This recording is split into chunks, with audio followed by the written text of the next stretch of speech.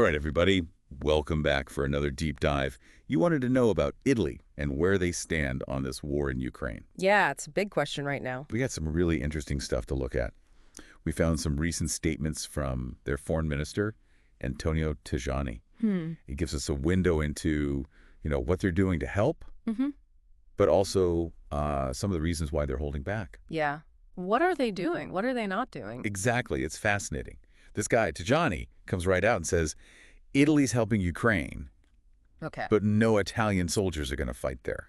Yeah, that's a big statement. And I think it kind of gets to the heart of Yeah. this debate we've been seeing within NATO, right? How Yeah. far should this support for Ukraine actually go? Right. Italy is a NATO member, but they're kind of saying, well, we're going to draw a line in the sand here. Right. And, NATO is supposed to be a defensive alliance. So there's been a lot of discussion about, Right, how directly involved should each country get? Some are sending troops, some are providing weapons, others are like, we're just going to stick with humanitarian aid. Right.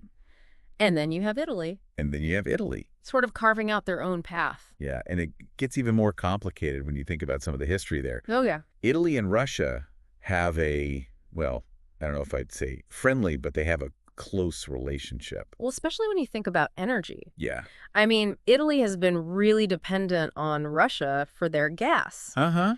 And that has to be playing into all of this, right? How they're making their decisions. For sure. Plus, you have all this internal stuff going on, too. Oh, right. Like the politics of it all. Yeah.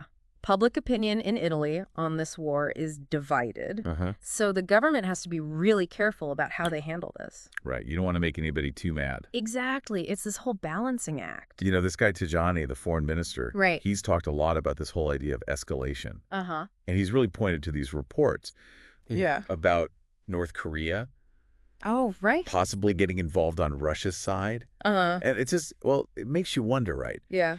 Is Italy worried that this whole thing is going to explode? Yeah. Could it turn into a much bigger war? Even pull NATO in? Exactly. I mean, you always have to think about that. Yeah. That's lurking in the background, right? Yeah, the possibility of a global conflict. It's terrifying. So maybe Italy's saying, Right. look, we're just trying to keep things from getting worse. We don't want to provoke anyone. Yeah. That could be the message they're sending. Okay, so they don't want to send troops, Right. but they are sending weapons. Right. And not just, small stuff. I mean, we're talking aircraft missiles, artillery, armored vehicles. Okay. And get this, they're sending those advanced SAMP systems too. Really? Yeah. The air defense ones. Yeah. The French-Italian ones, right. That's the one. So clearly they're not just sitting this out completely. Right. But here's the catch. Okay. Italy's been really specific about how those weapons can be used. So there are rules, Yeah. like limits on what Ukraine can do with them. Uh-huh. We don't know all the details, but Right. it seems like they're really worried about Ukraine Right. using those weapons to hit targets inside Russia. Exactly. Again, they want to avoid escalating the conflict. So let me get this straight. Yeah. Italy's sending tons of military aid, Uh-huh. but they won't send soldiers. Right. And they're putting limits on how those weapons can be used. Exactly. What's going on? What's the message here? Well, I think they're trying to, walk this fine line. They want to give Ukraine enough help to defend themselves, Right. but without starting a bigger war.